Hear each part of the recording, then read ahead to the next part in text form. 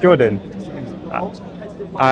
Yeah, I just thought a long time ago I heard your debate with Bob and whatnot, and you're like one of the few people I haven't spoken to at the park. It doesn't have to be today, but I was just wondering, like, any topic, like if you'd like to have a conversation, even about the roots of Islam, Christianity, because you used to be a Christian before, or really? No. Oh, you never? Okay. I mean, okay. culturally. Oh, cultural. So okay. I went to Sunday school and stuff like that. But Okay. I never really okay. professed to be an ex-Christian.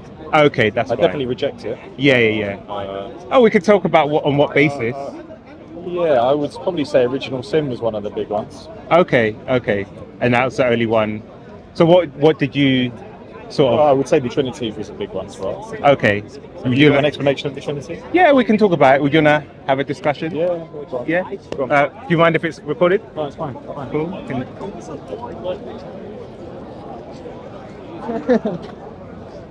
Ace.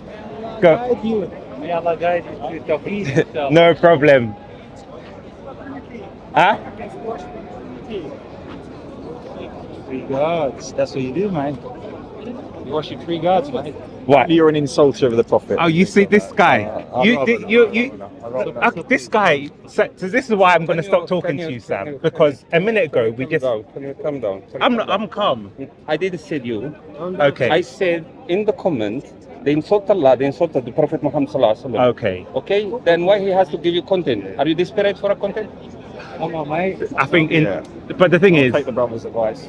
well, it's up to you. But I think it's a bit of a disingenuous statement because, for example, even if I go on to EDF Dawa, Hamza's Den, what do they insult? If you came onto my channel, but I they would block anyone that insults but Christians, people Jesus and stuff like that. Well, they insult the Trinity and say, how can 1 + 1 + 1? So for all over the insult? Of course, it's insulting our beliefs to say that we're illogical. So regardless of how anyone else perceives it, respecting someone's beliefs means you're not making fun out of what they believe. Yeah, I think there's a critique, isn't there, and then a disagreement, or there's a mock. There's a clear mock is mocking. Of course, it's mocking. Let's be honest. I think that's how I said it to you, wouldn't it? Yeah, it was like 1 + 1, and I would agree. But if I said to you, look, if you have laughter out of it, there's only one God. Logical for a but God. that's what I'm saying. You don't put laughter, for example, out of it. And we if we're both being genuine, most of the time it's in a mocking. How can God come out of a how can God come out of a Sorry? how can God come out of a baby? Yeah. All these type of comments. So I won't disagree that Christians don't do it, but if we're being honest, Muslims do it a lot as well. Sure. They do it to the same extent, Sure. but maybe they may not insult. But in my experience, in comment sections of live streams that I'm on, right, that would be blocked. Any mocking towards Christian, but in my experience of like a live stream on maybe one of these channels, the most vilest stuff about the Prophet could be said. All that stuff. Well, I don't know. I don't moderate. I'm not involved, so I can't speak on that. But that's I obviously the issue, isn't it? With the, well, he could say that they do have moderators that do, but I don't know. But I can't speak on something I don't know. I think the question isn't it just upping our standards. Yeah, definitely. I don't engage in that, and that's because I don't believe in it. I've never. No one can show me a statement or video where I've said Muhammad's X, Y, and Z. I can critique some of the practices, but I'm not. I try to have a. So you've never insulted or anything. All right. I'll yeah. If you have, I'm going to find it. Yeah, you could. It's a challenge to anyone. Show me where. Yeah. I've I don't really know you two. I've seen your face and stuff, but yeah. Yeah. So yes, I guess you're saying in terms of the main objections to Christianity were. Yeah. So I said to you, original sin. Yeah. So the idea that someone would have to die to forgive me. Okay. Islam gives me a direct to God, and I even believe the Bible is against original sin as well. Okay. Ezekiel 18:20, is it? Ezekiel 18:20 talks about not bear the sins of your father. Yeah. Right. Okay. So I would say that the Bible itself contradicts that notion of original sin. Okay. The fact that babies are born evil, that to me that's not just. Born with people's sin prior to it. Well, I guess it wouldn't be that babies are born evil per se, but we are with sin, aren't they? Yeah, we're born, which means that we are born with a what's the word? A sort of inclination towards doing evil.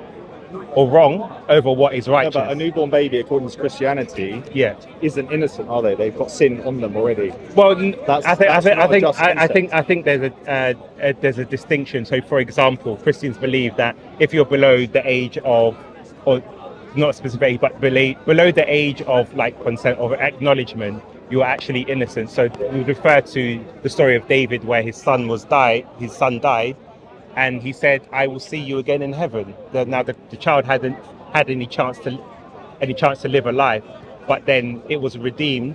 If the child is in heaven, that means no sin is going to be held accountable. So a newborn baby doesn't need to accept. Obviously. Jesus. And also Jesus said, "If you become like the children, you'll enter the kingdom of heaven." Yeah. So it shows you that what the Christian belief of original sin is that is your belief consensus of others? I've spoken to others who would disagree with you on that. Well, it depends. They've categorically told me that babies have sin. They need to repent. They need to then. Yeah, but that's why I say it would have to be speak to those people to see what they say specifically, because they would have to address those verses that I bring. Right. So in terms of, for example, the age of consent, there's no definite age, but our position is like when children become self-aware to a certain point, then there is more a need for them they become self-conscious of sin and stuff, and we have a natural desire to drift away from God, because if we look at just as an observational perspective, look at humanity, like for example, Muslims will say we're born with a natural fitra towards the belief in one God.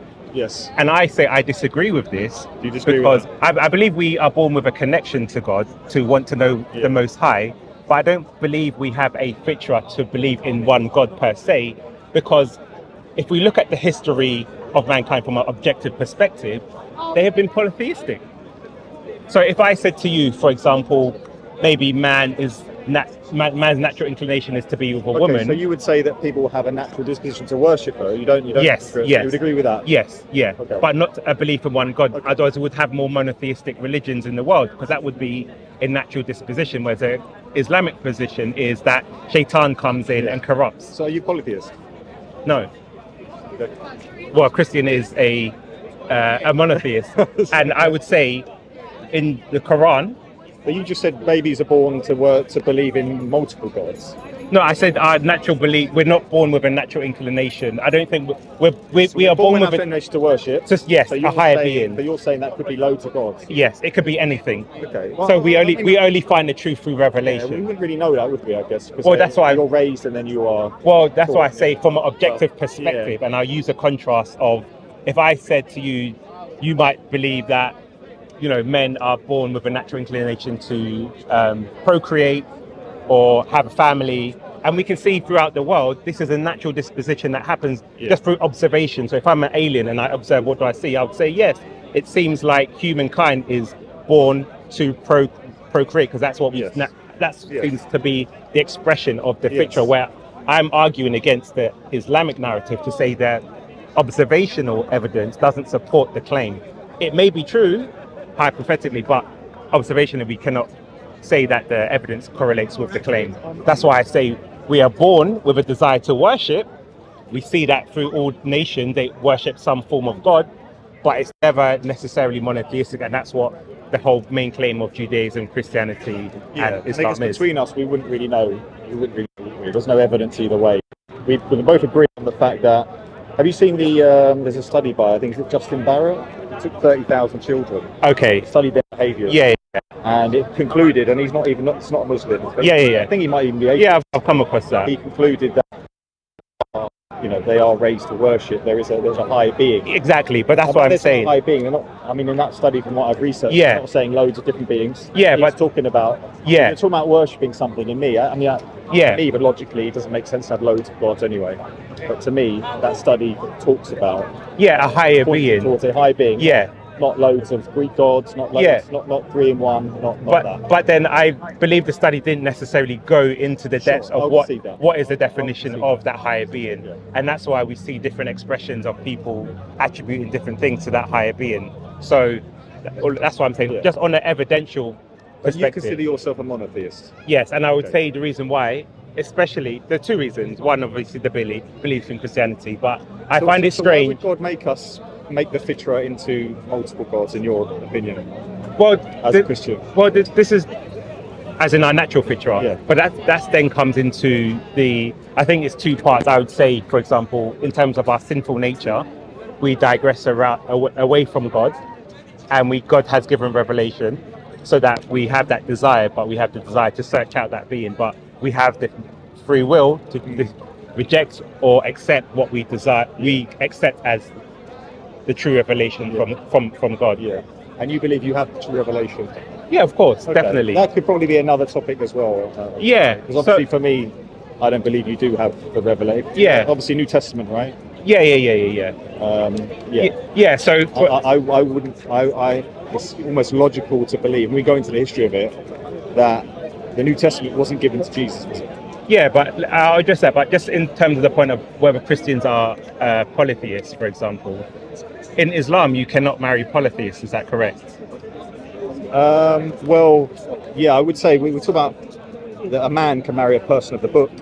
Right. There's debate on that. I would probably say that the older Christians, the truer Christians, are the ones that are monotheistic. But then the current Trinitarian ones, I would say they veered away. But Muslims can still marry modern day Christians.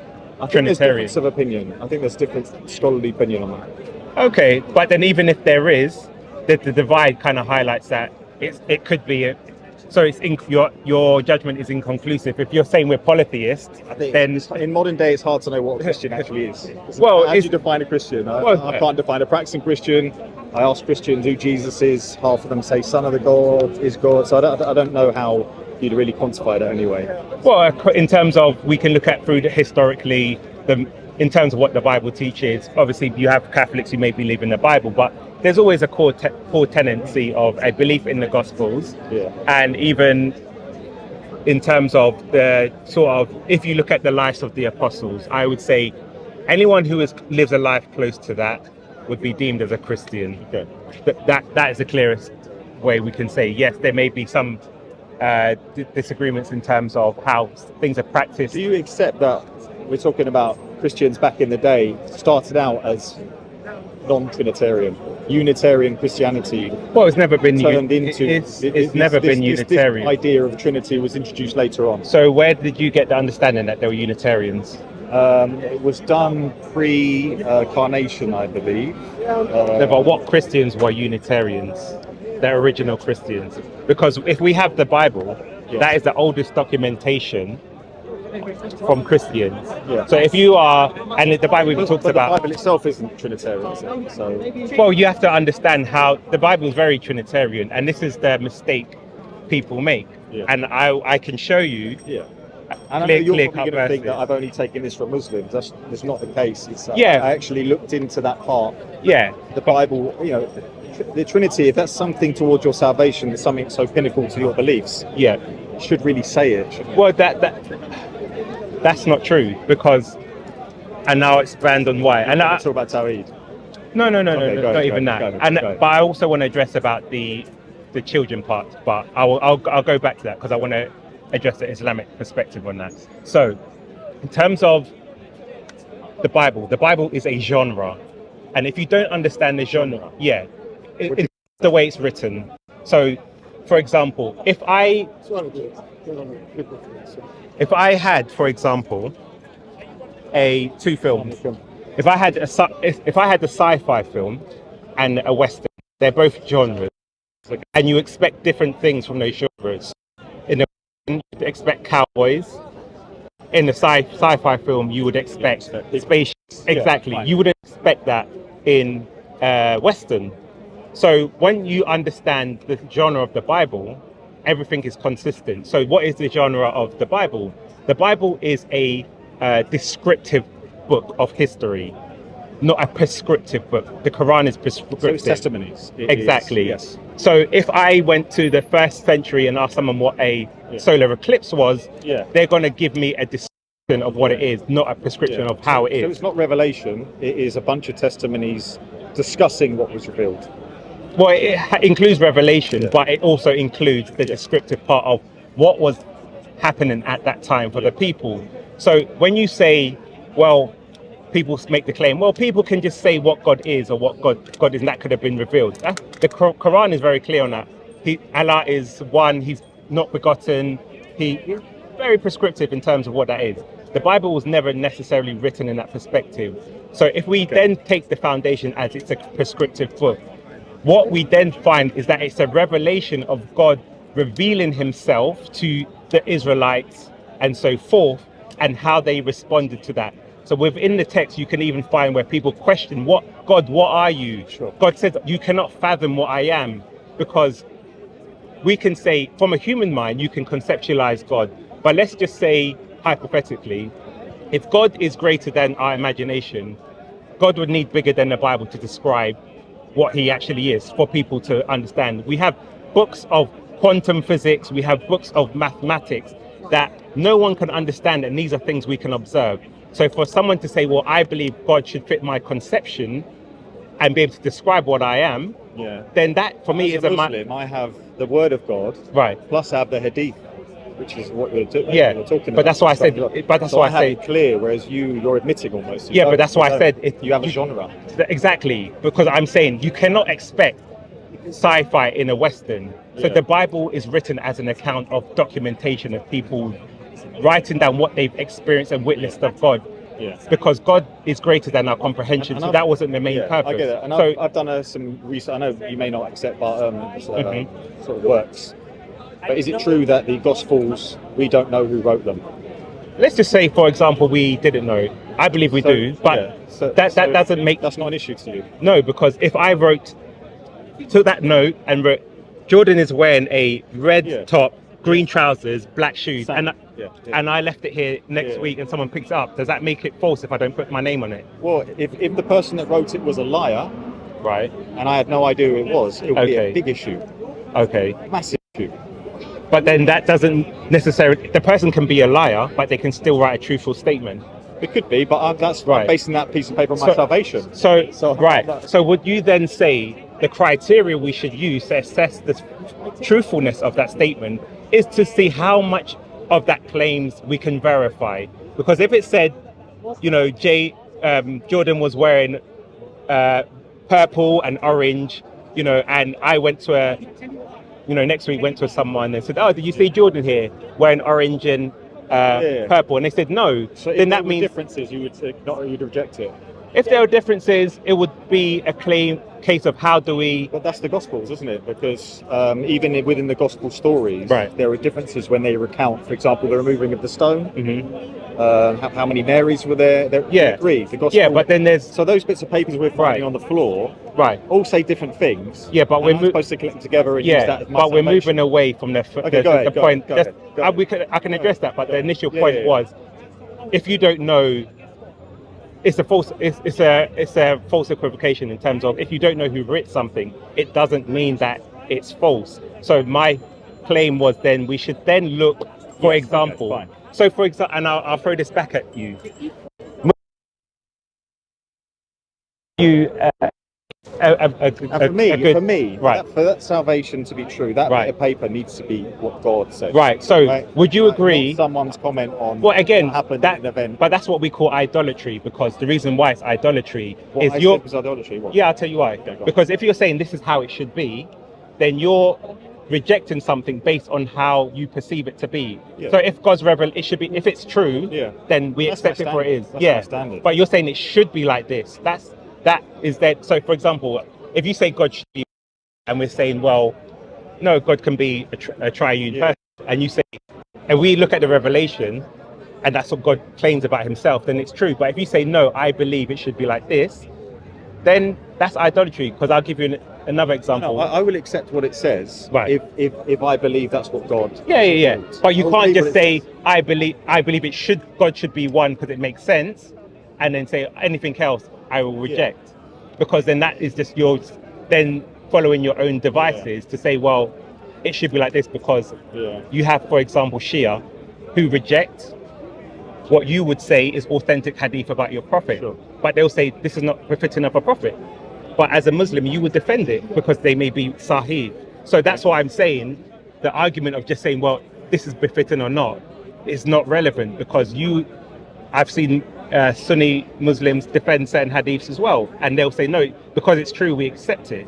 And that's what I'm saying is the same criteria we should have of whether the revelation of God is true or what God says about himself. So I've forgotten the point of what I was originally saying. Trinity in yeah. So you're telling me it's a genre and it's not necessarily clear. So in terms of the reliability of the text, so for example, you would believe that the Quran cannot contain any mistakes if it's from God. Yes. So the Quran claims Jesus was a Muslim. Okay. Can you establish to us that Jesus was a Muslim? Because if you can't, that would be my claim that the Quran is in error on that point. But the terminology of what Muslim means. So I'm saying he can define it, and then he has to prove it to me. Yeah. Because necessarily. Of course. If you don't need to prove something if you understand the definition of something. Yeah, I'm saying the evidence has to be. So if you define what it is, then I'm saying that claim is wrong. So if you want to substantiate your claim beyond a claim, you would have to demonstrate with evidence that is true. I believe Jesus is a Muslim. I believe it's preached one God, right? Right. And that's so because the Quran says so. Exactly. So that is circular reasoning. You're asking me to what? Prove the Quran right on that one. But that's my point. So then, if you believe it's true, because your claim was, if you have a piece of paper, if you don't, the Gospels is wrong. Well, how can we trust the Gospels? Because we don't know who wrote it. You believe in previous prophets also, the same way I do, and you believe they preach one God, right? Well, they believed in Yahweh, who was the true God. How do you prove it? Well, I would use the text. So you're the same as me. Well, there's a difference. Your text is unreliable. That's why there's two criteria. One, the Bible has 66 authors. So what the mistake people make is saying because it's in the Bible, it's all the same. No, if these are texts written at different times by different authors, they are all an independent a witness.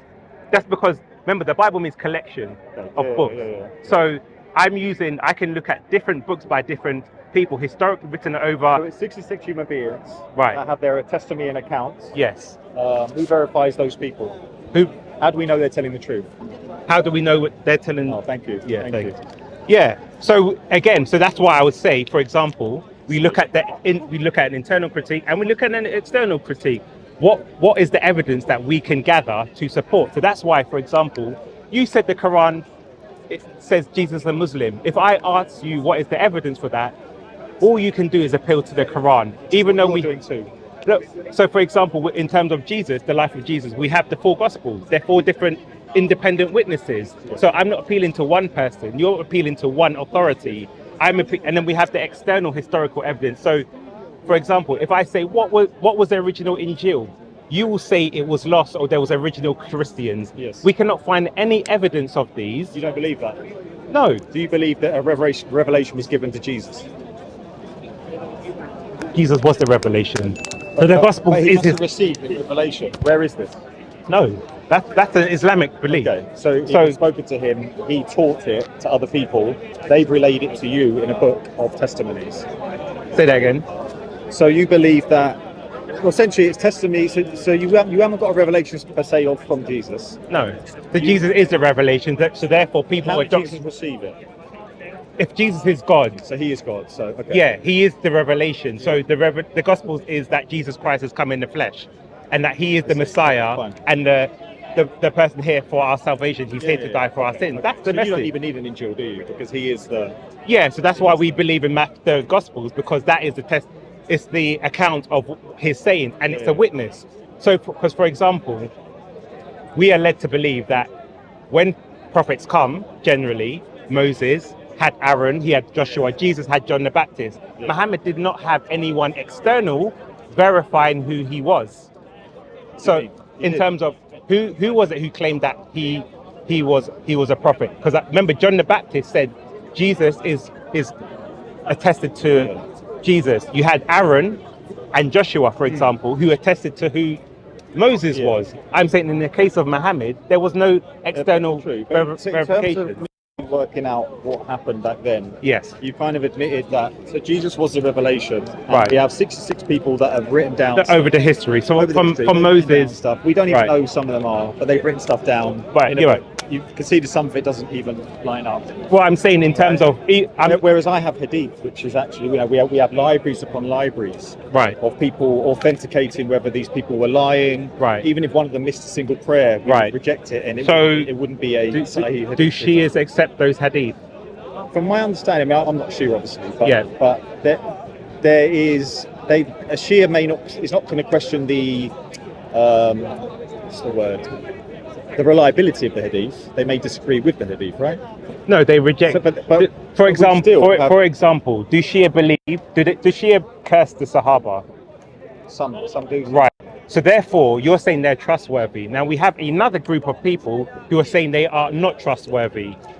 So how can we then, as an independent person, say that this person is trustworthy? Because your whole premise is, well, we have the hadiths that are relayed by trustworthy people, but we have a sect of people who are accusing these people of being untrustworthy. So then you're saying, well, we should ignore them and accept them as trustworthy. Keep bringing up the Shia is probably a non-argument, because but you have even more sects. So I can start bringing up what they believe. Yeah, but from the first century, and we have to look at the claims, because remember, your claim is relies on maybe not relies, but one of the claims you said is they are trustworthy. So the question is, how do we determine someone is trustworthy? Because my claim is actually, yes, someone should be trustworthy. Said about them. Yeah, but also what they're saying it should be able to be evidenced externally. Yeah. So that's why I say, as an independent person, if she is, for example, accused these people of being untrustworthy, then what reason do I have to accept that they were trustworthy? Because now we have a dispute in their trustworthy. I haven't probably spoken to enough Shias to know of where they've actually said that hadith is unreliable, whereas you believe it is reliable. I don't have any. They'd have to look at why. Yeah. And it could be a case of they don't accept somebody's belief, way back in the chain. Yeah, but I'm just saying let's say the Sahaba that they don't believe in or they curse. They're essentially accusing them of dishonesty, of being liars. Sure. So then if we now have a dispute about whether someone's trustworthy, and if a hadith goes through that person, in a theological sense, yes, you will say they're trustworthy, but now we have a dispute as to whether they're reliable. So then the only other way to see if they're reliable is to see, can we establish what they're saying with evidence? So if we're in court, if a judge is sitting there, you're making a claim, I'm making a claim, they will look at how much of the evidence do I say are verifiable. If you're telling the truth, we would naturally assume that the claims that you're making should be able to be evidenced. They shouldn't disappear, and that's why I use that as an analogy as the original Christians and the Injil, because how can what I see is, for argument's sake, I'll say the Quran is internally consistent. There are errors and stuff, but just for the sake of argument. But that doesn't make something truthful, because if we then start investigating the claims and we don't find any evidence to back it, because if the Bible is corrupted or made up, we find evidence to support it. I'll give you an example. So you're accepting that you're accepting the preservation of the Quran almost, right? On the reliability of it. No. Okay. I'm not saying. But can we at least say I'm on firmer ground than you? In what sense? Well, going back to that bit of paper on the floor. Right. You've already admitted, I know we're rehashing it, but you've already admitted you don't know who wrote it. I'm just, as for the sake of, I can say who. Let me break my question down. Yeah. How are you accepting that? I'm just emailing your point. How are you accepting a book of testimonies of who we may not know? How are you accepting that for your salvation? Because you and I agree that if we don't know who wrote something, it doesn't mean it's false. So then how do we find out that it's true? It's very important to me who wrote it. Yeah, very important. But that's irrelevant. Sorry, that Jesus was that Jesus was a Muslim. Yeah. Do we have evidence? You say, well, the Quran said. So for me, that's not evidence. It's circular reasoning. So it's consistent in saying that Jesus is just the man. I asked you about previous prophets, and you same argument as a Christian. So yeah, but I said with the previous. Like I say, I feel like we went on to then what's standing on. I feel like, unless I miss something in this conversation, you're on a lot more shaky ground. I think what you're claiming is that I put my own standard on it, right? No, I'm saying you haven't given a firm criteria. You've given a paradigm of which you operate on it. But when I'm saying when you explore it, there is no evidence to support that paradigm outside of the text itself. I'm saying that's why I said to you with the Bible, we have independent authors of each book, so I can weigh up know who they are. Of course we know who they are. Some of the authors we may not know, some of the books we don't know, but are they so if we even narrow it to the ones that we do, because I'm not just sticking to the Gospels, we know who Luke is, for example. We know who. You agreed with my point that the Gospels even have differences between them, right? You agreed with that point as well. In terms of some of them can be reconciled, some of them haven't been reconciled. This is my issue, and I'm trying to keep it on point. Is that I don't know how you can take this book for your salvation. Yeah. So again, and that's what I'm trying to. Yeah. So my point is this. For example, the Bible, the Gospels claim that Jesus was crucified under Pontius Pilate. Sure. We know Josephus mirrored that claim as well. Historians didn't believe that Pontius Pilate existed until 1947, where we found a plaque with his name on it, which meant he was a historical person. Now, this is a very minor person that we found that existed. And this is why I go back to the claim of, if the Quran claims that Jesus was a Muslim, and there was original Christians and there was original Injil, do we have any historical evidence to support this claim? The answer is no. Your answer then is... Why did you bring up the crucifixion, just out of interest? Huh? Why did you bring up Josephus? Why didn't I bring up? Why did you bring that up? No, I'm just saying that for an external critique, that we have external confirmation from someone who's not a Christian. Can we agree that Josephus and the account in the Quran, his narrative would agree with the Quran? No, in what sense? Well, the Quran talks about that people would have thought it was that way.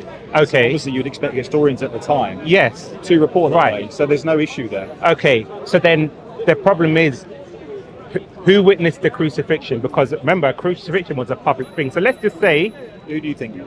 So let's just say, because Simon Cyrene picked up the cross and whatnot, his mother saw him, and the apostles ran away. But what we're saying is, okay, let's just say all that whole process was someone else.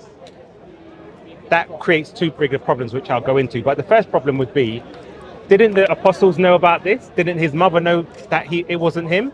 Because if they did, where are the teachings of them and that community? Because the Quran says that the Christians will be the uppermost. But the only people that have been the uppermost throughout the whole of history is the Trinitarians. So this is why, and in answer to your claim, Christians stand on firm ground, is if you follow the evidence, it leads you to Christianity.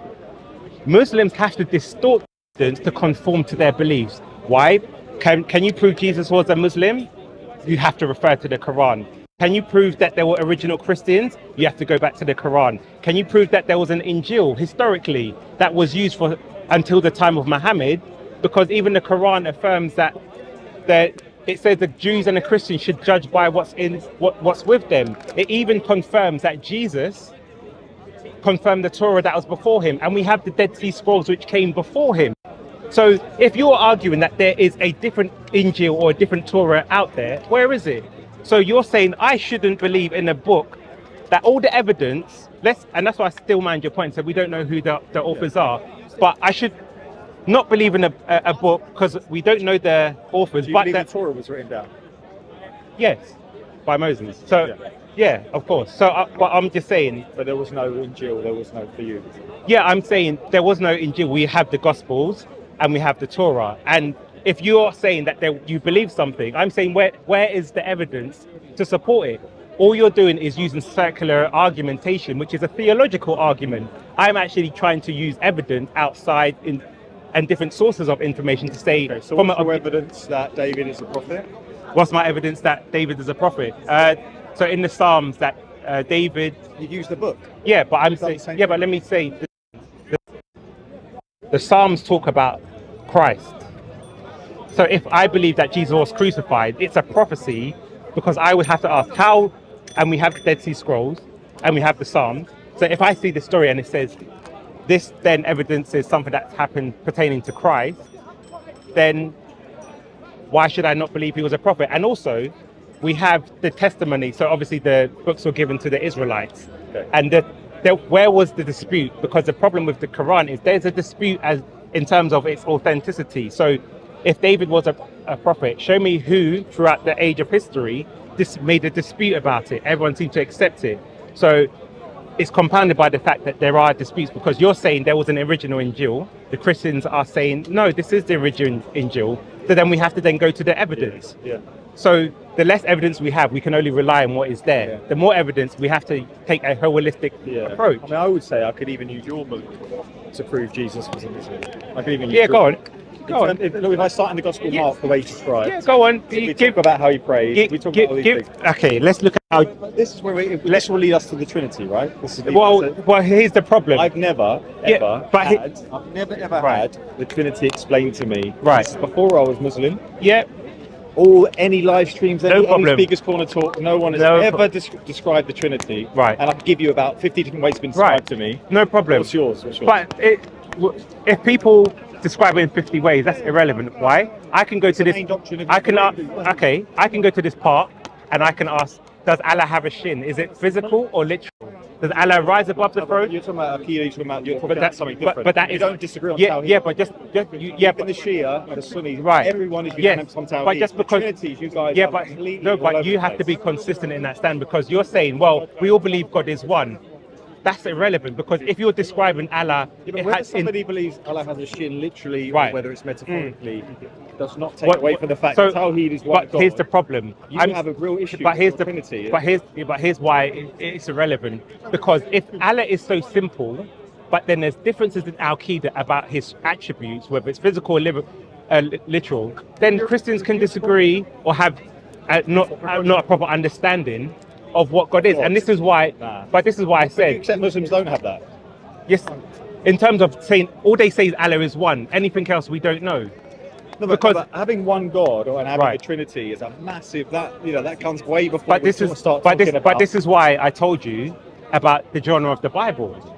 If the Bible is describing, is not concerned about being prescriptive, we can make we try to formulate how God is, but God has described how he is, but it's not prescriptive. That's why you can have differences in opinion. But people, all Christians, apart from heretics, will say they believe in the Father, the Son, the Father, Son, and the Holy Spirit. That is what God is. Then you'll say, you ask the how. So that's why I'm saying to you, when you come to your Aqidah, you ask the how. But say that again. What did you say? All Christians agree on what? The Father, Son, and the Holy Spirit. Yes. But they're co-equal partners. That's not, is it? Well, Christians will, unless they're not informed in terms of the how. So they'll affirm. So as a Christian, you will affirm the Father, Son, and the Holy Spirit. Do you believe someone is Christian if they don't accept Jesus as God? If they just say he's the Son? Yeah, they're still Christian. They're heretic. Yeah, they're heretic. No, they're not Christian. Because it's a massive thing. No, because the Bible in itself. Whether somebody has a shit or not. But let me tell you why. The Bible in itself says, "He who does not believe that Jesus is He who has come in the flesh is of the Antichrist." So if you're not affirming, and that's from the Bible itself, and I can show you the scripture, it says that if you do not affirm that Jesus is who he is, that he's come from the Father into the flesh, as per John 1:1, in the beginning was the Word was good with God, and the Word was God, and it says he has come in the flesh. If you don't affirm that, added verse. No, you're thinking of John 17:3 in terms of the Father, Son, and the Holy Spirit. Original verse. Yeah. So that's what I'm saying. So we are saying in terms of the how, because that's what Muslims like to address Christians on, is the how of the Trinity, and they struggle to answer the how. To me? Yeah, I can, but let's just not divert. But I just want to sort of roll back a few parts, because I even said, for example, in terms of like with the children and even the evidence part. But I do want to bring up the children, but I want to. So in terms of, again, so we sort of diverted from the point of, can you prove that Jesus is a Muslim? And you said, well, you have to believe the Quran is true. So my then question is, we know there are many false religions in this world. Ahmadiyya say that they believe in the Mahdi, Shias believe in something else. They will all say, when you debate them, or Muslims debate them, they will ask, what is the criteria, what is the evidence that they use to support their claim? So I'm saying to you, if the Quran is true and it's from God, we then have to establish, how do we know it's true? My argument would be, well, with the Bible, we have 66 authors and they were written at different times, so we can compare it to what the others were saying as independent witnesses. I'm not just relying on one book.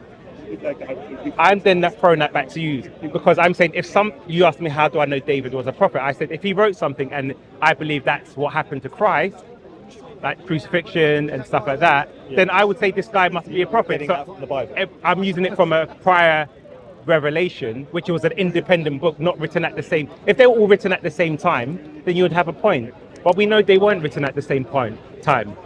They were written by different people. We can look at the style of writings. All scholars will say they're written by different people, because we can even look at how the style of writing, the way they're describing stuff. So I'm appealing to a prior revelation. Now I'm asking you. You agree that you're relying on a human being? Prophets were human beings.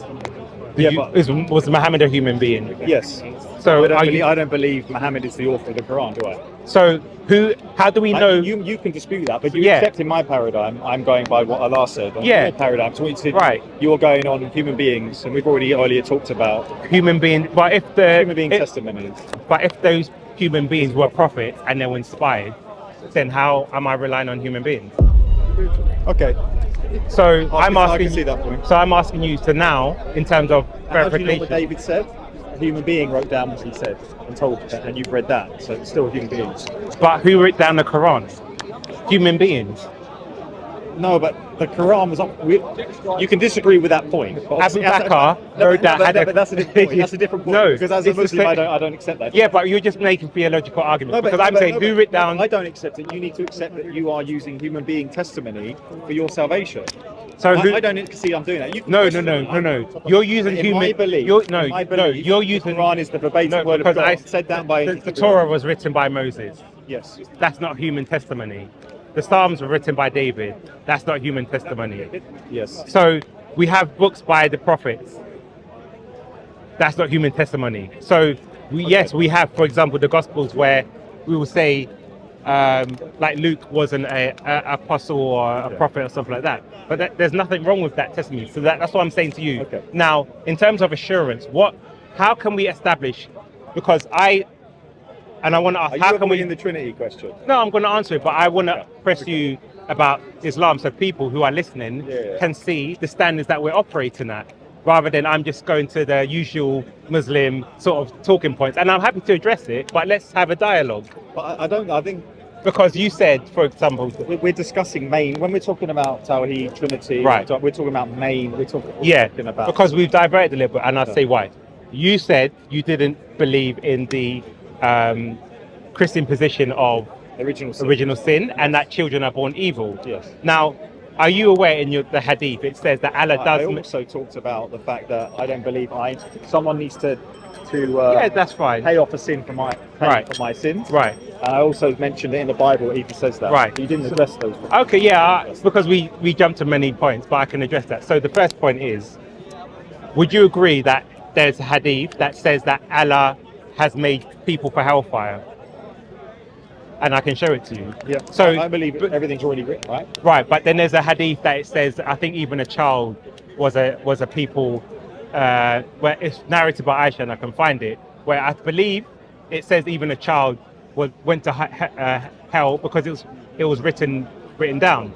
So you're saying you have a disagreement about children being, let's say, let's just say, you're sort of bringing an issue of free will and free. No, but the thing is, if you have an issue with a child, but I still believe things. So I'm saying you have no problem with a child dying young and going to hell because Allah prescribed it, but then you have an issue with. Are you talking about kiddo? What are you talking about there? The who? Kiddo. No. Yeah, actually, Kada is one of those examples, but there's a hadith that addresses something different. But even that's a good point. Yeah. Where it says, well, he was destined for hellfire, so therefore. No, but what that shows is showing us Muslims that Allah knows everything, so right. Allah knows what was going to happen to this child as he grew up. Right? Okay. So it's just basically describing beautiful verse actually because it's describing so that means that child is. We don't know all the wisdom. Know all the wisdom. So either that child was born evil, to do the things of the people of evil. So then why is it if a child died, then it didn't go to heaven? Between being born evil and Allah knowing what was going to happen, right? Well, it says the hadith says it's prescribed, and there's obviously different opinions. Well, there's a lot of hadiths that imply that everything is predestined. Are you arguing for ritual sin? Are you arguing that? Yeah, I'm trying to understand why I reject it. But then when we look at the Islamic perspective, I don't think it offers any better solution. But they seem to accept. Pretty clear about children being born and then not being accountable until they are a certain age. There's no talk of a child being born with sin. The Quran is very specific about us not bearing the sins of our forefathers. You go to a hadith about a certain. I've given you your Bible verse and also in the Quran. Yeah. So in terms of the Christian position, as I was saying, is that we are born with a natural disposition to sin, and that it's only through the salvation. Yeah. And a Muslim would agree with that. Yeah. So that's what the original sin is, that we're born with that natural disposition, and it's only reconciling. So if I can, because this is something I've learned then. So for you, in Christianity, they're not bearing sins of Adam and Eve. That's not true. You saying that right? They don't bear the. No, they children aren't paying for the child. The sin of Adam. No. But they're not going to on Judgment Day to Are be they accountable of Adam or not? No. So that's what I'm saying. On Judgment Day, you're not going to be accountable for Adam's sin. We're paying a consequence of their sins, meaning they were the first fallen people, so they broke their disconnect with God, and as a result, we are all born of the same nature of that disconnect with God. So we're born into a sinful nature. So we're paying the consequences. And actually, there's even hadith that says similar things, but I won't go down that part because there's a hadith that says if it wasn't for Eve, that Muslim women wouldn't. I can't remember exactly what it is. I can find it, but there's a consequence from Eve's actions.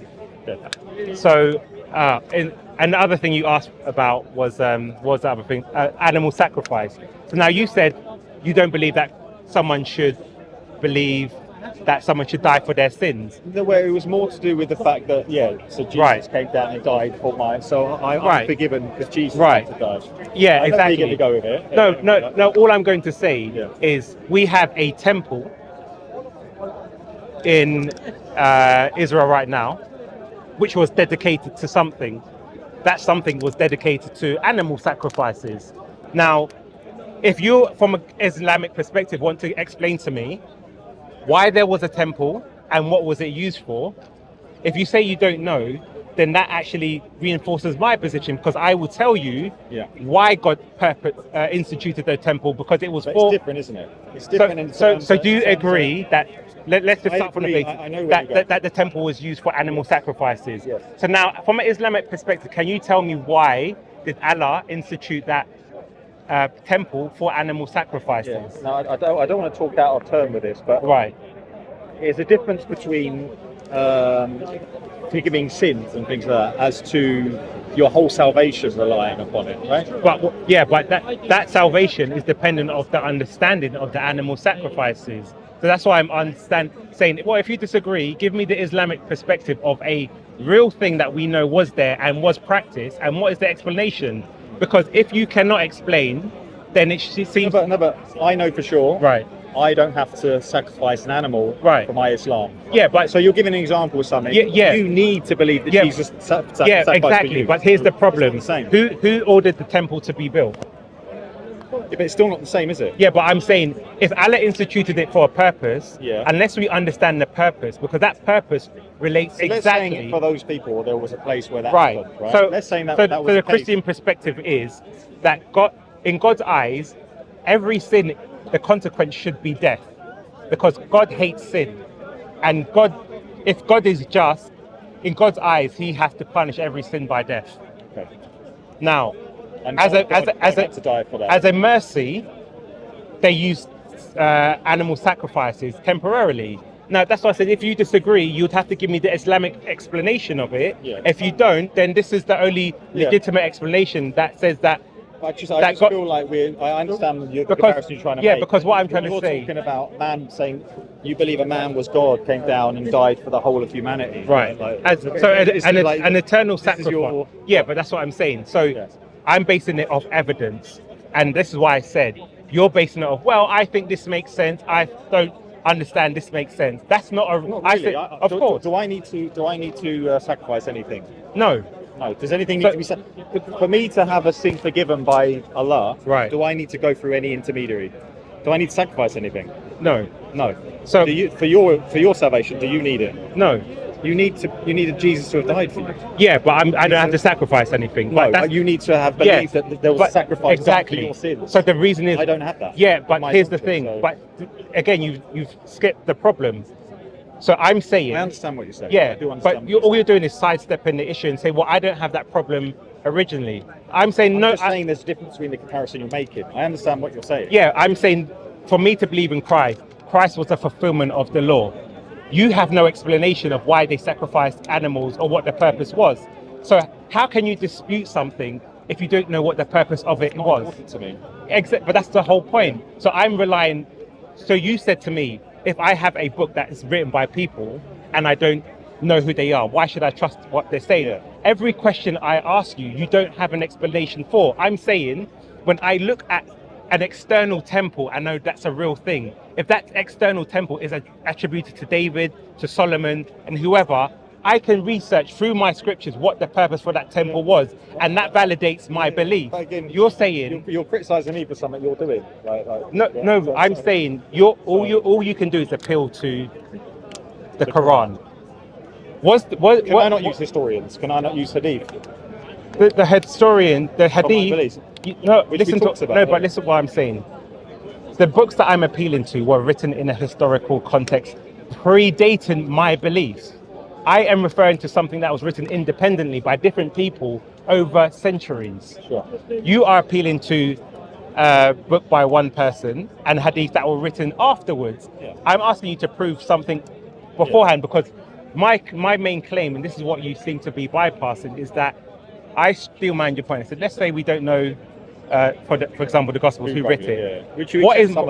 Yeah. What my criteria is to look at the evidence around it. So internal evidence from the books itself, who are written by independent witnesses, and external evidence. So if I look at the external evidence of a temple, and I want an explanation of what it was used for, if the books of Moses are the only evidence that I have, and there's no one disputing it, and it says that it was used for animal sacrifices, and I use all the other books of the Bible all the way up to Jesus to understand that the cultural context for this was animal sacrifices to be performed. Why would I reject it? Because that is historical evidence. You're saying, well, I don't know. Yeah, but you're saying I don't know what the purpose of the animal sacrifices were. But I'm saying, well, I believe Jesus. Did I say that? Yeah, I said, what was the purpose of the animal sacrifices? You said, well, I don't know. You said you don't have to sins for sacrifice. Exactly. So I'm saying the animals. Is that wrong?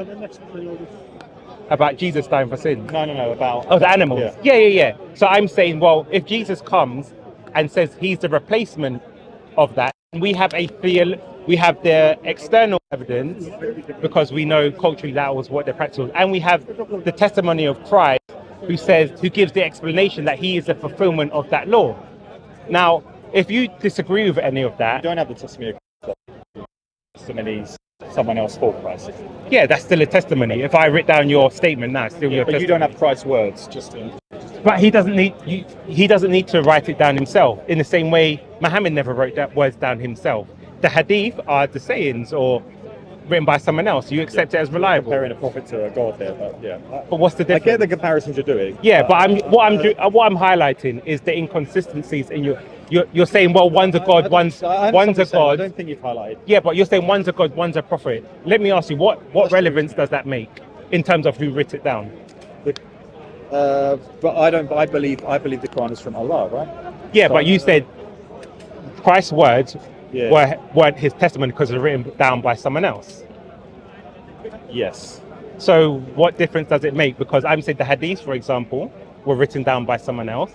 You accept that. So what difference does it make if it's God or then we're going to get back into the kind of like I'm going to talk about the reliability of belief. It's going to be a circular conversation. Well, that's why I say when we go to the reliability, I asked you to prove to me historically that Jesus was a Muslim, and you said, well, Jesus prayed like a Muslim.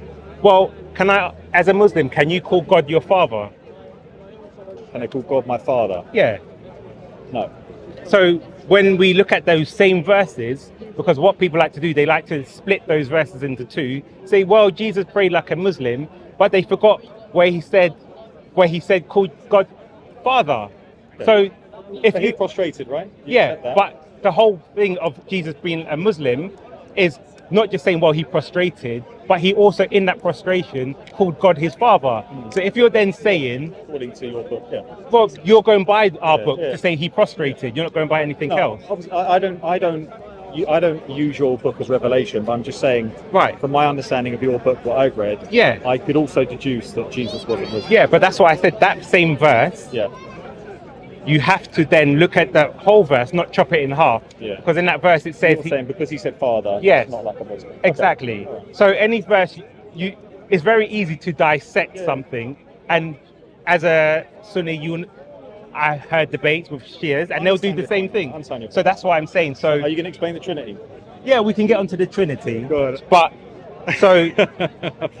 I feel like this is not that's not a topic you want to get into. No, you don't have to. No, I have. I'm only asking. It's never been explained to me well. Yeah, but when I every other point I've given to you, you've gone straight to it and gone, you know what? Yeah, the Trinity, you'd be like, you know what? No, yeah, because let me have a think. Because I'm doing a lot of explaining, but I want to also push back on what you believe as well, because I want to because you said those two main reasons were the reasons why you didn't believe in Christianity. So I'm trying to just go through methodologically why your conclusions were inconsistent. Yeah. I said original sin and Trinity. Yeah, I know. We haven't gone anywhere near Trinity. Yeah, because we discussed a lot of other things. So what was the main objection to the Trinity? Obviously, I'm a monotheist. Okay. So to split Jesus into three co-equal beings, right, makes no sense to me. So you're basically... I'm just saying, all I'm saying to you is I'm saying it's never been explained to me in a way that's coherent. Does it need to be coherent? Do you understand quantum? Does it not for you? It doesn't need to. It's coherent to me, but I'm saying... That's your answer. No, but I'll expand on it. For me, it needs to be. I'll explain it to you. Do you believe quantum physics exists? Is a real thing? Yeah. You can say, can I explain it? Right. Yeah, but... Because that's a predicate of what the explanation of whether God can be. Of course, because if you believe that God can enter creation, then you should have no problem with. But what's God. the problem with that? What's the problem with that? With what? With that? With believing in entering creation. Because human is creation, right? But what's the issue with it? Yeah, you're the one who has an issue with God becoming a human. So are you saying that by God entering creation, he becomes a creation, or no? I'm asking you what your opinion is, because some Muslims believe that. But I'm asking you. I'm asking you, right? My fingers in the cup, right? Yeah. In the bottle. Right. So I've entered the bottle. Right. No, you have your fingers entered. Yeah, but you could say I've entered the bottle. Okay. So. But that's what I'm saying. If your position is your finger can't enter the bottle, and evidence shows that, well, actually your finger did go in the bottle, you have a contradictory position. That's why I'm clarifying what your position is first. Because if you believe God cannot enter creation, then we would have to look at some of the hadiths and some of the things that's said in the Quran, which seem to be contradictory to that, because many Muslims will say, well, I can't enter his creation because he will become creation. So to keep the argument simple, if Allah does enter his creation and doesn't become creation, then what is the problem with God becoming a human? Why can't you just explain Trinity? Why is that? You brought up the point about... I'll tell you why. I will tell you why. You've gone, well, as a Muslim, you believe in it. And I get what you're trying to do, but... No, because... If you can't do it, just say you can't do it. Because I said to you... if it's not important, then we don't have to carry on with that. You sidestep, because I brought up the quantum physics, and I said to you... But that was a nonsense. That was a nonsense thing to say. Why? Because quantum physics isn't deciding my salvation. Okay. So God's revelation. Yeah. So this is the point, and this is why I'm trying to. Knowing the attributes of God. I'm trying to break down. Right. So if I show to you within the scriptures, written, and we have the Dead Sea Scrolls where it says God will enter His creation, and there will be a crucifixion, and there'll be all these things that happen that are related to Christ. You're saying I should reject these prophets because I don't believe it's possible, even though I can read for myself that these things were written before it occurred. Because you keep asking me, what is my belief that this is from God? I said, who something's written by is irrelevant. If I can read for myself, to me that was still if I can read that in the book of Isaiah 53, that it says there will be a crucifixion thousands of years before it happened, and I know Christ was crucified, then why shouldn't I believe in it? So I'm saying because your preposition of the belief in the Quran was that if it's from God, then it's true. So if I'm saying the same thing likewise, that if it's from God, then it's true. So if God describes his nature, I'm not going to say, well, it doesn't make sense. How can God become a man? Because if I see the prophets have prophesied this and it happens and the fulfillment is through Christ, I don't need to reason about it. I believe it because it came from God's revelation. The two things you said that I found still unbelievable, and I say, is that you said, firstly, it doesn't matter who wrote these books in the Bible. So I'm still like, wow. Second thing is, it doesn't really matter, like, if we don't understand the Trinity, it don't really matter. Like, you guys kill each other over that doctrine. Like I was reading the other day that a whole country was wiped out by Christians because it wasn't Trinitarian. But and you're saying, well, it don't really matter if you. No, but I don't understand why you are so easy to just go, you know what? No, but I think then you'll move on to my beliefs about Islam. No, but the reason why what I'm trying to do is highlight, if you're holding me to a certain standard, because that's why discussion is about why you left Islam. I'm sorry, left Christianity. Not that you didn't leave Christianity, but you didn't believe in it. So I'm saying to you, we live in a rational world where people should be applying the same standards to the way they analyze things. So I'm saying, okay, if that was your criteria, let's look at what you believe in and see if you hold yourself to that same standard.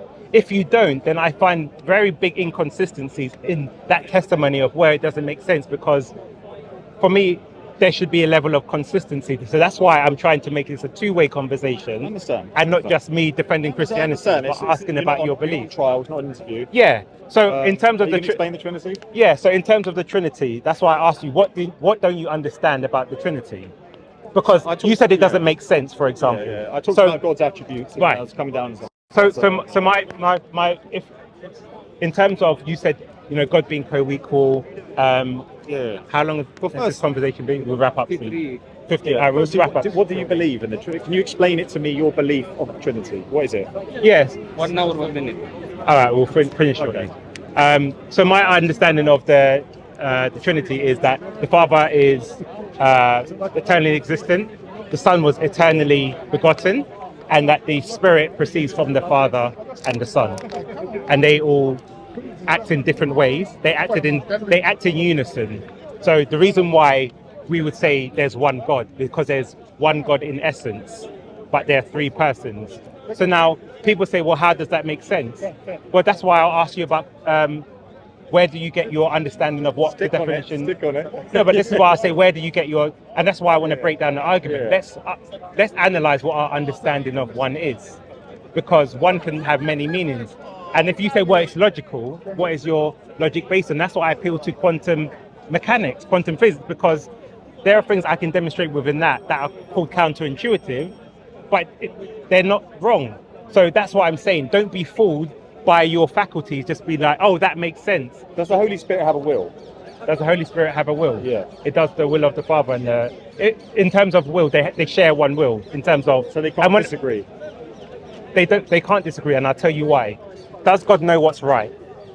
Yes. So can God go against what's right? No. So if the Holy Spirit is God, and Jesus is God, and the Father is God, that means they know what is right. And the so things therefore, that Jesus didn't know, I know you already know what I'm going to say, but the things that Jesus didn't know, how do you reconcile that? He was suddenly a man person, because he lost his divinity on earth? No, because God, in terms of, was. And the thing is, you know this already. I know. We're referring to the fig tree and not knowing the last hour. Yeah, but how do you reconcile it?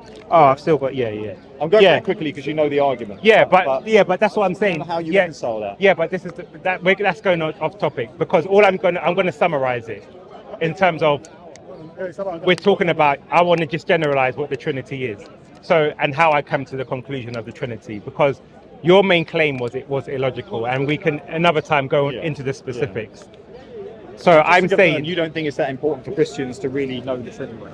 No, I'm saying, as in terms of doctrine and trying to understand it, yes. Can we fully know the nature of God, or does God's nature have to conform to what we believe is would Bob the Builder be sitting at home going, yeah, I really agree with Paperboy's Trinity there? Is he no, gonna be? but I haven't given you the fifth definition. No, I'm saying, I know you haven't. But would he agree with you? yeah. What is my point? What have I said so far? I don't know yet. Well, then how can he agree I just with? want to know if he would disagree, if he would agree with if he shares your same belief about what Well, you say. yeah. I don't need to know what you're going to say to know if Yeah, you I believe would. or not. I would say any Christian would listen to Any what I'm saying. Christian will agree with it. Yeah. Okay. So this is what. So what is my claim? I'm saying that because you have a God that's one and that's triune, because you don't understand it doesn't mean it's false. Will every Christian agree with that? Yes, exactly. So, and my second point was that, and I appeal to things through science to demonstrate that what you think is rational is not necessarily rational by a scientific perspective, because there are things that can't be explained scientifically that can be explained, which we accept, but then we want to limit God into what we perceive of God. So if God is one, you're saying, well, how can three persons make sense? That's a triune God.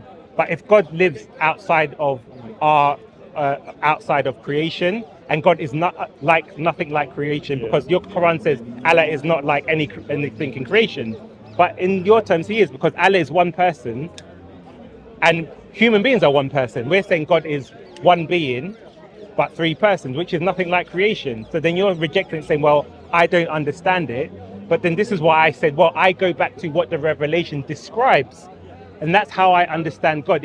I said that the Bible was not prescriptive, it's descriptive. So then Christians have looked at the descriptive verses and come up with a doctrine. Yeah. For example, and I'll ask this to any Muslim. Is this a hard question for you? I've given you an answer. Could you summarize your? So I said the Father Yeah. is eternally existing. Yeah. The Son Yeah. is eternally begotten, Yeah. and the Holy Spirit is through the Father and the Son. So that is the Trinity formula. Then you're going into specific. Well, how did Jesus know about the fig tree and whatnot? And I said that's a conversation itself, which maybe for another time. So I'm saying, in this nutshell, that is what the Christian belief. And they're all co-equal in your eyes.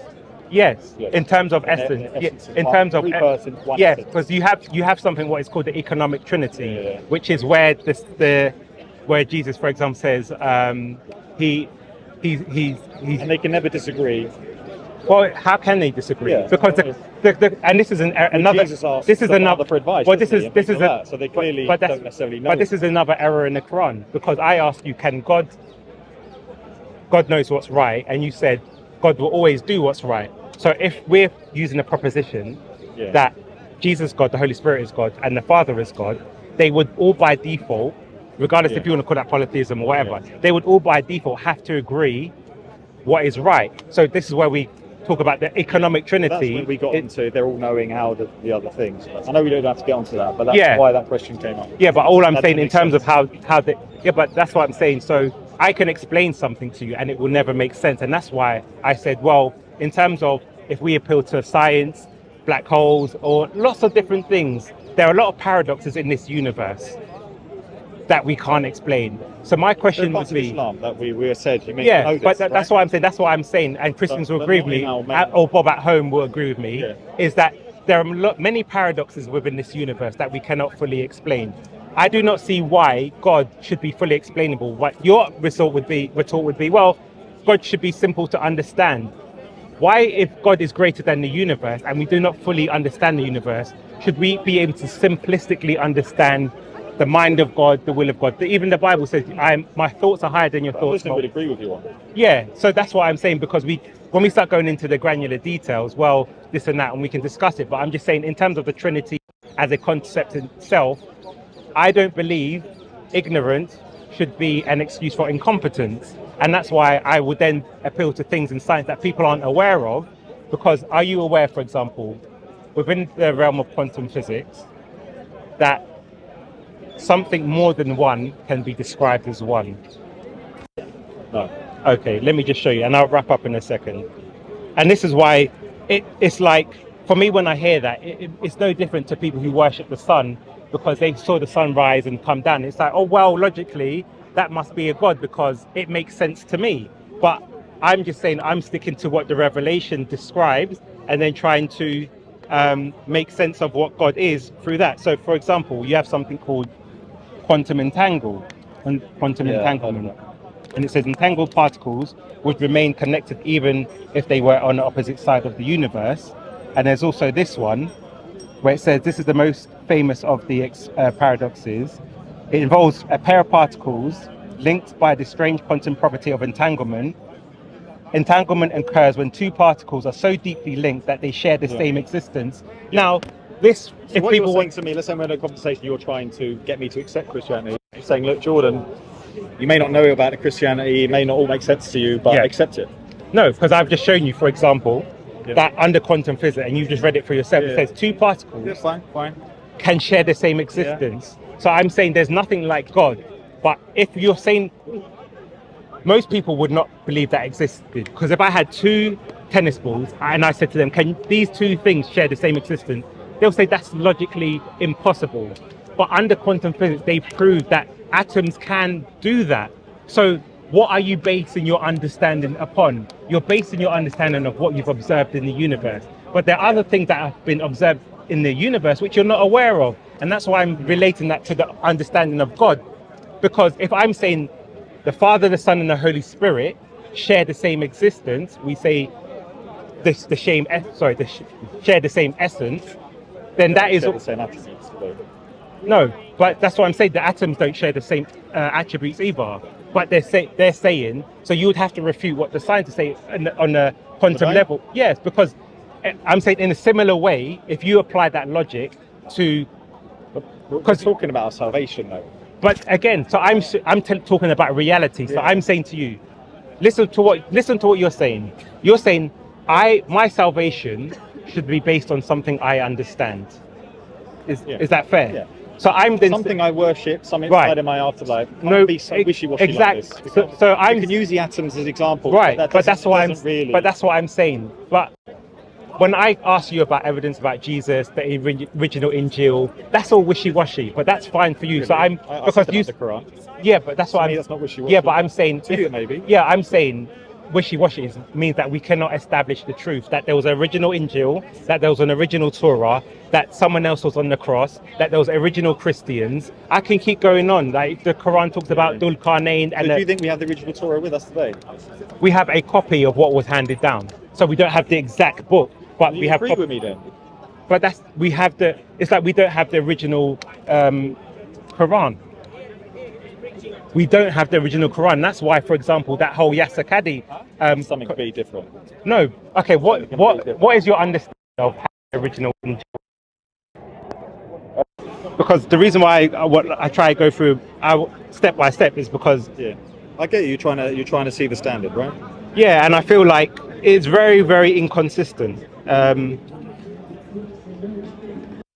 Yasakadi wasn't even talking about what you're mentioning. Yeah. He was talking about the different dialects of it, right? Yeah, but which were all revealed to Prophet Muhammad. The question was, if I gave you a blank mushaf, can you write down what was revealed by Muhammad? He said no. Yeah.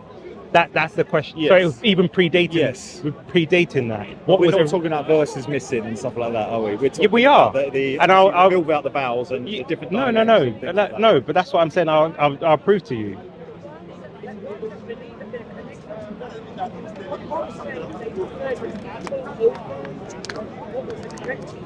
Because people, especially a lot of Muslims, have been fooled into believing into straw man arguments, which actually. I understand the misunderstanding about preservation of the Quran, and Yasakadi is kind of mistalked, but he's talking about, kind of each letter and everything being completely accurate.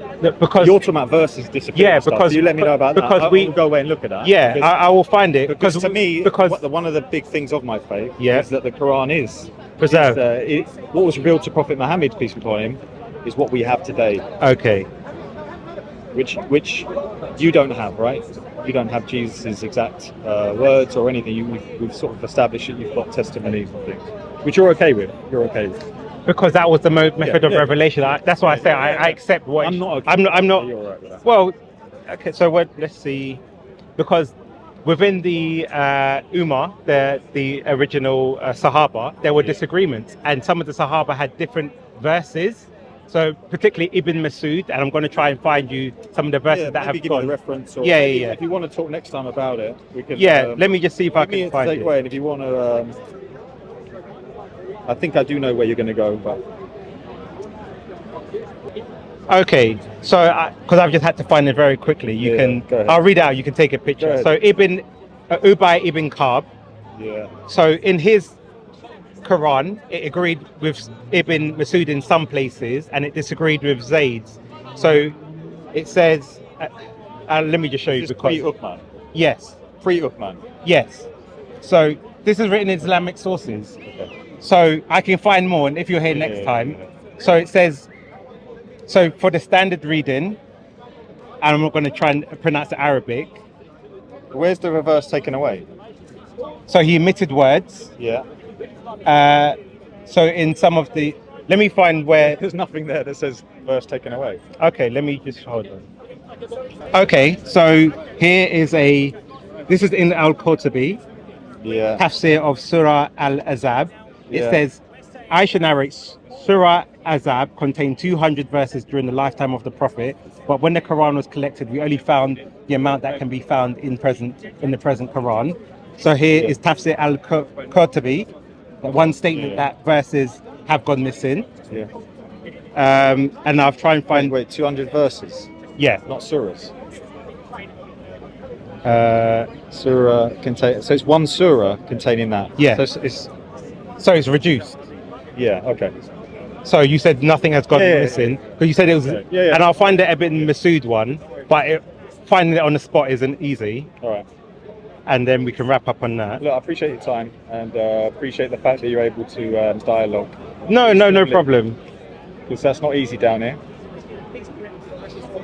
Oh, actually, and maybe next time we can speak. But I've just seen something that reminded me in terms of what caused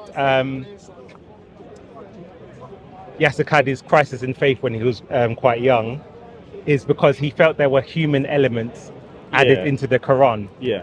So, are you aware of this? Yeah. Right. So, that would be additions Yeah. that you asked for. So, there are additions that, because, for example, with the dialect. Qadhi's speciality isn't even the preservation of the Quran. You're So, right, he's not even a scholar so of I'll that. validate And- what I'm about to say. yeah. So, for And example, he grew up in a Western so, kind of. so I'll validate what I'm about to say. So, for example, Muslim Western. So Studied at Western. yeah, but here's the problem.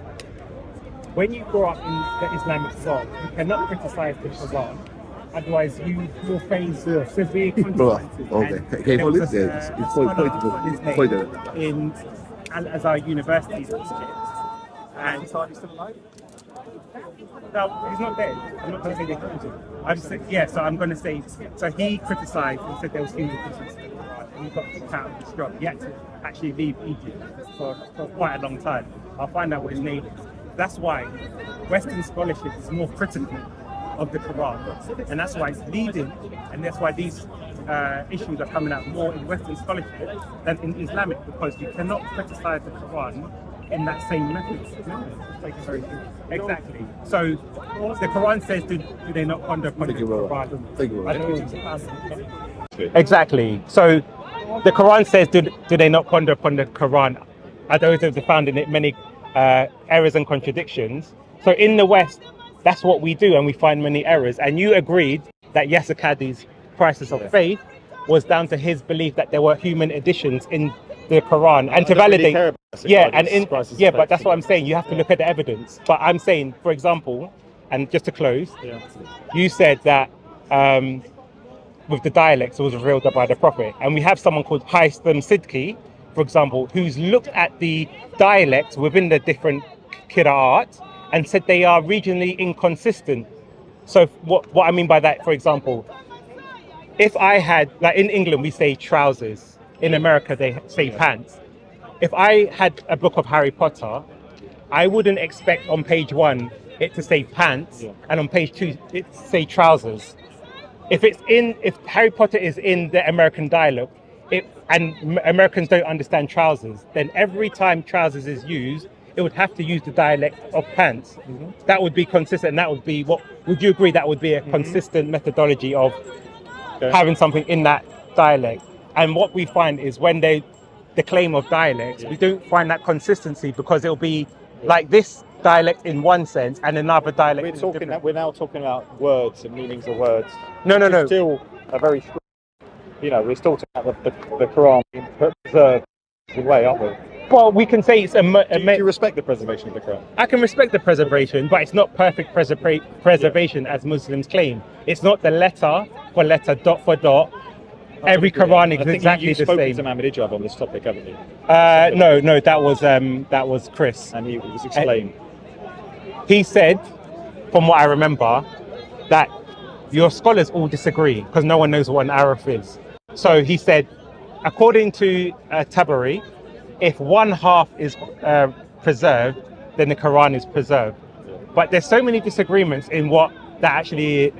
Al-Sayuti quotes all the different opinions, so we can't actually say if it is preserved. And we know, like some of the verses that I gave, and next time I'll find it for you. Just check out Ibn Masud, and within Islamic literature, we can see some of. Just to be clear, you've got no issue with verses disappearing and stuff. You're testing my standard because your book. I'm saying in the Bible. I'm saying in the Bible. There are variants. No Christian has ever claimed the letter for letter, dot for dot perfect preservation of the Bible. That's the Muslim claim. And when we investigated that, it was false. So that's why we have different standards. So if you think the Quran has to be perfectly preserved, that was a Muslim claim. Yes, it was. I can show you. Yasser Qadi used to say that. Mansour used to say that, and the only thing is, I have the evidence, but it'll take me time to bring it up. So if we have another conversation, I'll come better prepared. Well, we watch this and things that we've gone over. Yeah. All right. So nice conversation. Next time we can go Quick more question. into depth. What's your thing on Palestine, Israel? I think there needs to be it needs to resolve this. There needs to be a resolution because I think there is some justification in terms of the response to the Hamas attacks. Any country would, but whether it's gone too far, I think there needs to be a better balance in terms of human life because no one wants to see anybody die. And as a Christian, it's not that we're in favour of. We're aware that as Christians. Yeah, exactly. Yeah, that's what I'm saying. Yeah, that's what I'm saying. So it's not just a case of I'm asking your opinion because I've turned up today and I've seen a lot of support for Israel. From I think. Baffling no, but I think Christians. I disagree with your point about obviously the response because I don't think we're talking about they're starting it October 7th. And anyone, that's what I'm saying. Reasonable now knows it was before that. Well, that's what I'm saying. They know obviously you've got an occupier versus an occupied state. But the context has to be. It's very complicated. I don't think I'll tell you why. Because it's very simple. This is what Christians ask. If you have Jewish people, Israelis who were there before the influx of European Jews, right? Yeah. Now, the question would be, and I asked this in comparison with black people, there's a lot of black people who are in America, in Brazil, all these countries who were slaves. I believe they have a right to return to what their natural home is. So I'm saying if some people might say, well, they're not real Jews. I don't believe that. But I also believe that if these are natural Jews, the original ones, are they? Well, but that's what talks about the Canaanites. No, but that's what I'm saying. Being massacred. No, but I'm just saying my perspective. So I'm saying in terms of with black people through slavery, even though it's generations. Are you comparing the Jews to the black people? No, I'm just saying in terms of I feel a certain level of empathy to say that if there are people without a home, because let's be real about it. If they are descendants, whether people believe it or not, but let's just go with the premise that they are the descendants of the original Jews. If they are the descendants, then there are people without a home that have been displaced into many countries, and they're the only people on this planet that we can say that don't have their own nation. So I feel empathetic in terms of. Kurds don't have a home now. Plenty of people don't. Yeah, have a home that's now. what I'm saying. That's what I would say.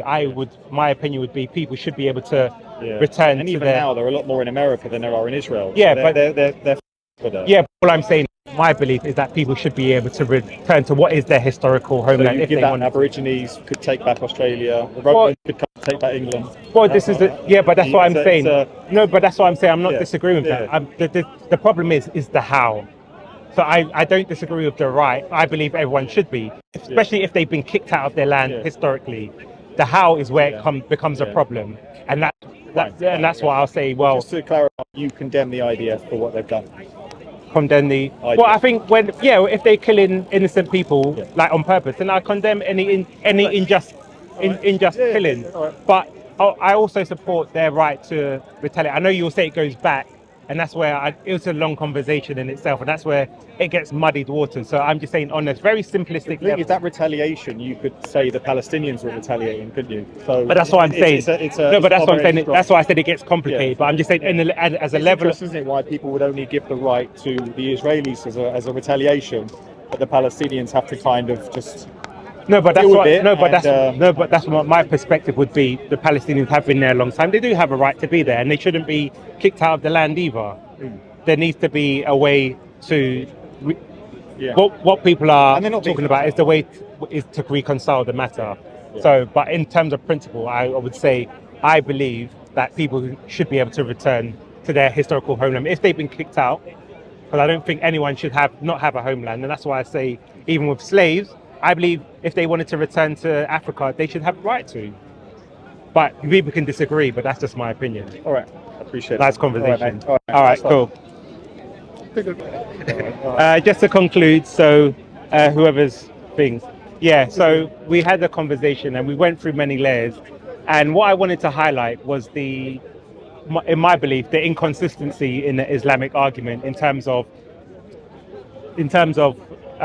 one standard for believing in rejecting Christianity, but if people are consistent and apply that same level of understanding or critical thinking to their own beliefs, I believe that they wouldn't believe in the same thing either, because the danger is saying, well, I believe God should be this and following that.